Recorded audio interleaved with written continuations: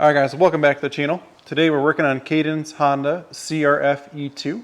This is that new electric bike from them. We were really excited to get it because he has a TTR Yamaha 110 and he really likes that bike, and I thought this would be comparable, just the electric version of it. And we'll do a video later comparing that. But right away we bought this bike used and it had like 30 miles on it. It's got a really cool display.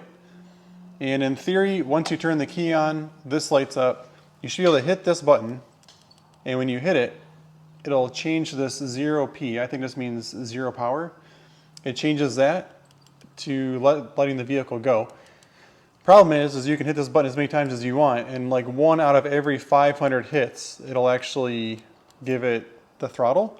And once you hit this and it activates, you only have 10 seconds to turn the throttle and ride away. So once he gets it, he'd be all dressed. We'd be standing there waiting. All of a sudden we would hit it and he'd have to hop on and go. And you can't even like park on the side of the trail for more than 10 seconds. So like if you're riding along and you want to move a stick, as soon as this throttle is deactivated for 10 seconds, it shuts off completely. And you have to go back through the process of hitting the button again. I get it, it's a safety feature. So like if your little guy's riding, let off the throttle, they're just talking to a friend, they forget that it's actually on because there's no motor noise, and they twist this, they would take off and run into something. So the child has to recognize, okay, hit this again, now I have throttle. So I understand the importance of it, and so we reached out to the company directly. So these guys actually build them for Honda. This is not a Honda product. It's a Greenger motor licensed product. So I emailed them directly, told them what happened. I told them I just bought the bike, had 30 miles on it. I read the VIN number off the tag to them. Super easy. They emailed me back in like 2 days. It took me like 3 weeks to actually email them, so it's more my fault than anything.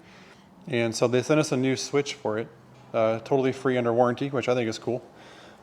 But trying to figure out where it goes. So so far I've just kind of like traced it, and then it goes down into this little pack of wires and it disappears down into the frame here. So if you had this problem with your bike, let's show you guys what we're going to do to replace it.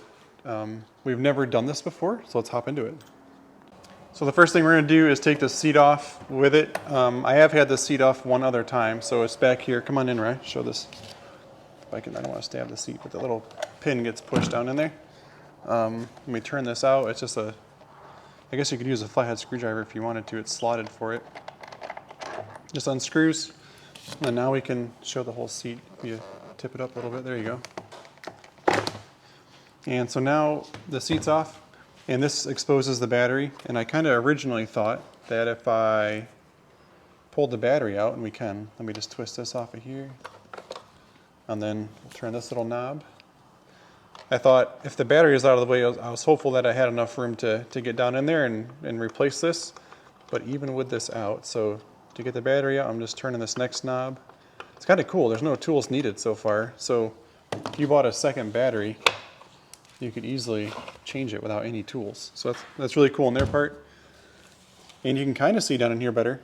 So this packet that I wiggle, but it still disappears under the other side of the frame here. So if we come around here, and now we got to move this piece of plastic. So we'll get the screws out and we'll go from there. So some of these screws are kind of tricky. I guess these ones are simple, but there's one that's kind of behind that Honda red plastic there. Without having to take all that red plastic off, I'm hoping that I can slide this out with that red plastic on there. Now that I think about it, I'm not sure. So there was, let's see, 1, 2, 3, 4 on the side, and there was 3 Phillips screws along the front of it. So let's see, hopefully, oh yeah, sweet. All right, so let's grab the new one here. So this is the plug-in that I'm looking for. Definitely looks different, so let's see. So looking at the connectors, this is the only one that has the same connector, and it has 2 wires, although they are a different color, which I think is kind of weird. I'm not sure if they updated it. Let's see. And this would be, let's just plug it in and try it first. So now it's plugged in. So this is our new switch. Yeah, just kind of zoom out just a little bit, or come on out. So let's see if we turn the key on here. Oh, the battery's not in. Let's put the battery back in it first. I'm like, what in the world? All right, we got the battery back in, which is obviously super important. So let's turn the key on. And I'm hoping this fixes it. Ready? 0P. Yes, sweet, check that out. So now It's on cardboard, Braxton's staying on it. So now it'll work. So wait, let's wait like 10 seconds and wait for it to go out. We'll show you guys what we mean here. So from my understanding, yeah, there it goes. So now it's back in like a neutral. So zoom out so you can see the throttle. It's not working. So now Caden has to hit this again. There it is. So we're gonna work on next is we're gonna have to unthread this one and then rethread this one back up and put it in its place. That's super exciting. It's cool they sent us this part. There it goes, it's back in the neutral again. This won't work, so.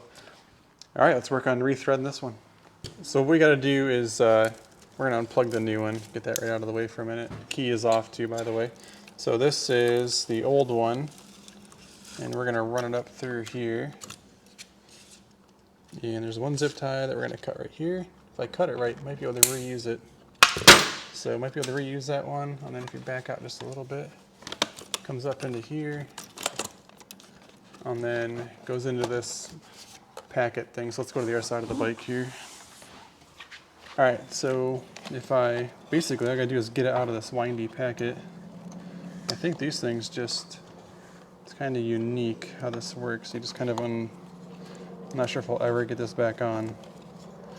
It looks really nice and organized, but might be a mess to redo.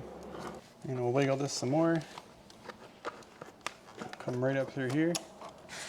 Ooh, that might not fit up through there. Let's see. They've got a really big connector on the end of this wire for no reason. Yay. So there's the old one. And while we're right here, let's just get the new one. The rest of this should be pretty easy for us to reassemble from here. So let's just start getting this one back down in. So we'll feed it down through here. So this bike is not super waterproof, not that they advertise it to be, but these connectors, none of these are like dielectric greased or anything, so definitely have to be careful when we're washing this not to get too much water on it because it's not meant for it. You can see we've been riding around the lawn. There's all the grass coming out of it, so. Okay, we'll get this side panel back on and we'll wrap up the top over there. So we got our panel back on the other side, and so now if we undo this, it's kind of like one of those reusable zip ties, but this one's a little more tricky. I like to save it and reuse it if we can. And so what do I got going on? So this is our new switch, it's gonna go there. Our old switch is coming up here. And so come over here on this side, right? We'll show how to undo this. Yeah, if you come over like on this angle right there. So all we're gonna do is take a Phillips screwdriver. We come in like right here, sweetheart. Like right there.